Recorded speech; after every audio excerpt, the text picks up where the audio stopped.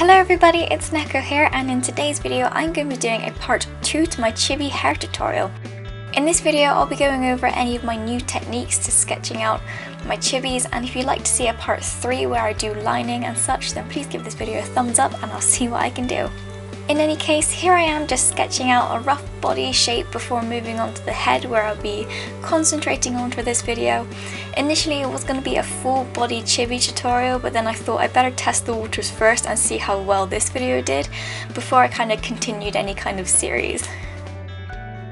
So most drawing programs will typically have two tools you can use. In Photoshop they are called the brush tool and the pencil tool. The brush tool is what most digital artists tend to use because it's smooth and just gives a really nice clean finish, like a brush basically. The pencil tool is similar, but it's more for pixel art, I suppose. Again, it still has the pressure sensitivity, but it's more sharp and just generally pixelated. So if you want to do any kind of pixel art like icons or page dolls, then that's generally the kind of tool you would use. In SAI, these are either the pen tool or the binary tool, I believe, which also have pressure sensitivity. Anyway, moving on.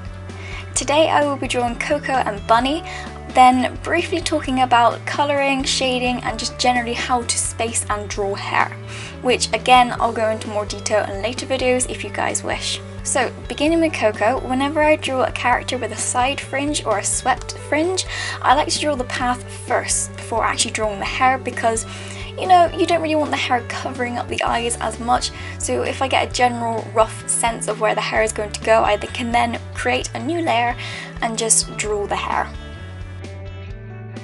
When I do this, I make sure I keep my brush strokes as light and as fluid as possible.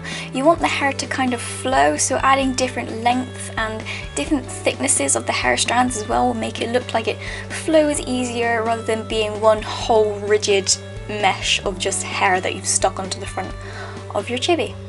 Typically, if I'm drawing a full body chibi, I'll have the entire body visible so I can draw the hair around that. But in this tutorial, obviously I don't have it, so I can't see. So we'll just be adding the hair all kind of floaty and flowy like so.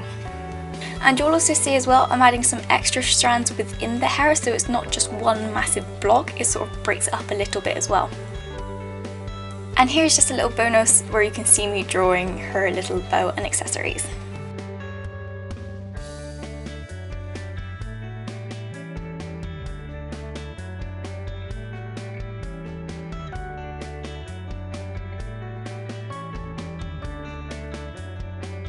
Next, I'm going to be moving on to drawing Bunny. I chose her for two reasons. One, she has a full fringe, so you get to see how I draw that, and also she has ears, like bunny ears, so you'll be able to see how I kind of incorporate those into my style. Again, similar to Coco, I draw a baseline where I can see where the fringe is going to sit, and then I'll draw the center line so I know where to start, because I kind of like working from the center out when drawing full fringes.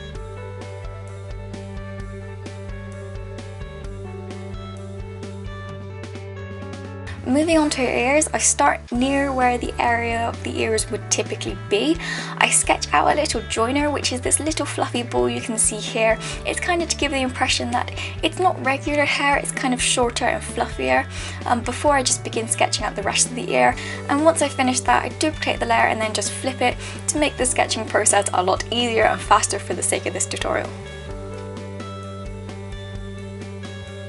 I'm going to briefly talk about filling hair and layers because I see a lot of new artists fall into this trap. Now you may think this is super obvious, but hair has a front and a back, but I do see a lot of artists forgetting this and only drawing kind of the front strands that you would see and leaving like massive gaps at the back of the head, which just looks so unnatural and just strange. So if you're someone who generally struggles with this, then just think of it like this. Hair comes in separate layers, so you have the front layer and the back layer, being the simplest way I can explain this. The front layer being the fringe and such and any kind of strands they have at the front of their hair, and then the back of the hair being something that's like behind the ears or behind their shoulders and back, depending on the length of the hair. So unless your character has its hair up, you should still be able to see some kind of hair and have some depth there behind the head.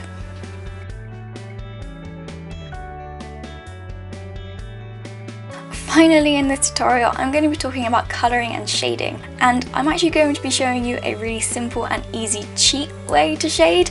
So here I roughly coloured Coco's hair, as you can see, and now a trick to remember when shading is you always work with diagonals when choosing your colours. So here you can see I have the little colour selection wheel up here, and you'll want to work towards the bottom corner rather than going straight down. So you want to work in a diagonal. This will just add more depth and saturation to the colours rather than just going straight down where you'll be adding blacks and greys, which will just make your character look dull. So you can see here for reference, I'm just colouring in to show you the differences between going diagonal and going just straight down. And you can of course add more reds or add more blues, whatever you think would work with your art. Now moving on to the super easy and quick way to shade. If you're having trouble choosing the right colour and such, this is a really easy method. I don't suggest using it all the time, but if you're just doing like chibis and it's a small area you're working with, or you're just having real difficulty getting the colours, then this is a really easy way to actually get said colours. So shadows tend to be warm colours which fall under the red, orange and sometimes yellow. I say sometimes yellow because yellow can also be used as a cool colour as well. And then highlights tend to be cooler colours, so like purples and blues and even pinks. Sometimes, again, it depends on what base colour you're having to work with. So with that in mind, I'm going to be taking a dark red as our base colour and beginning to roughly shade. Once I finish that, I'll change the layer opacity to 30%. You can see here that it's a little bit too red, so I'm going to be using the hue and saturation filter to add a little bit more yellow and orange to make it blend better with the rest of the hair. And you can also change it to blue as well, so you can sort of see here what a highlight would look like. It wouldn't necessarily be this kind of shade of blue, but it gives you a rough idea of how highlighting and shading would generally work, just not in this particular space. And that's it for this tutorial, guys. I know it's a little bit rushed and there's a lot of information that I threw at you guys.